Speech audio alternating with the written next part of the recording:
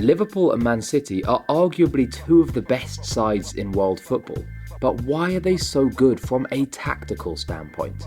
In particular, in what ways are their attacking methods similar and in what ways are they different?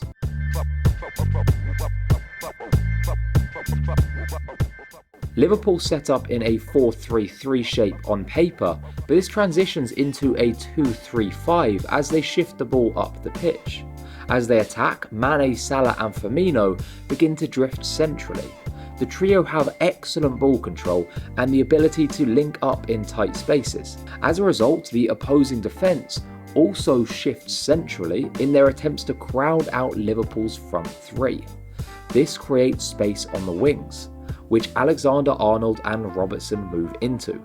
Here we can see Liverpool's 2-3-5 attacking formation taking shape.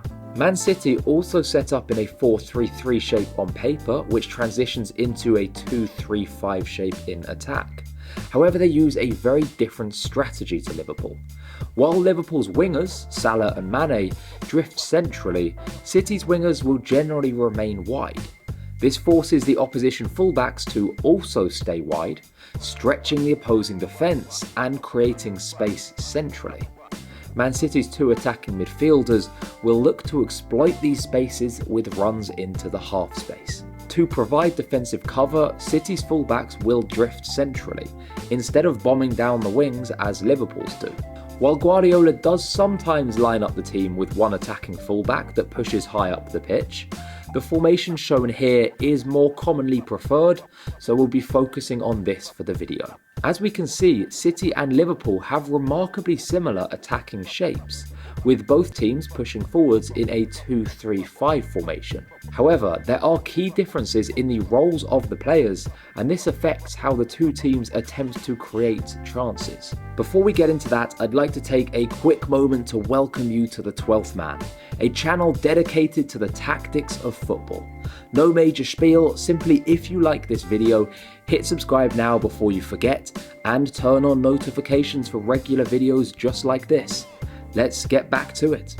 With Trent Alexander-Arnold and Robertson having a remarkable 38 Premier League assists between them since the beginning of last season, they are the focal point for Liverpool's chance creation.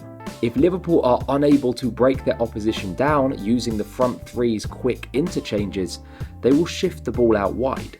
With Trent and Robertson's strong crossing abilities, they are regularly able to find their front three in the middle, even though they aren't the tallest in the league. If the opposition attempt to load up the box to stop crosses, Liverpool can pull the ball back to one of their midfielders joining the attack late. Running from deep, this player is often unmarked and can take on the long shot. For Man City, however, the fullbacks generally play a more defensive role, providing cover and allowing their attacking midfielders to shine. With 14 assists in the Premier League season already, it is Kevin De Bruyne who has created numerous opportunities for his teammates. City will look to give the ball to their wingers, who hold up the ball as the play develops around them. From this position, City's attacking midfielders will dart into the half space. The winger will feed them in with a through ball, and the midfielder will cut the ball back into the box from a very dangerous angle. With several men committed to the attack, City are able to consistently create chances with this tactic.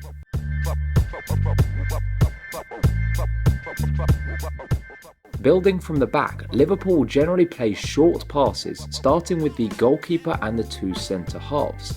When teams press Liverpool high, the Reds create a numerical overload by using goalkeeper Alisson as a passing option to create a triangle, and they can even drop the holding midfielder deeper to have 4 viable passing options. Man City look to build up in a similar manner. Pep Guardiola has instilled the importance of retaining possession into his players, hence they rarely drift too far from each other in the build-up phase. Man City and Liverpool have a common theme, a goalkeeper who is excellent on the ball. Both Ederson and Alisson provide passing options, giving both teams an extra man in the build-up phase. Both also have a very strong passing range and will choose to go long on certain occasions when an opportunity presents itself.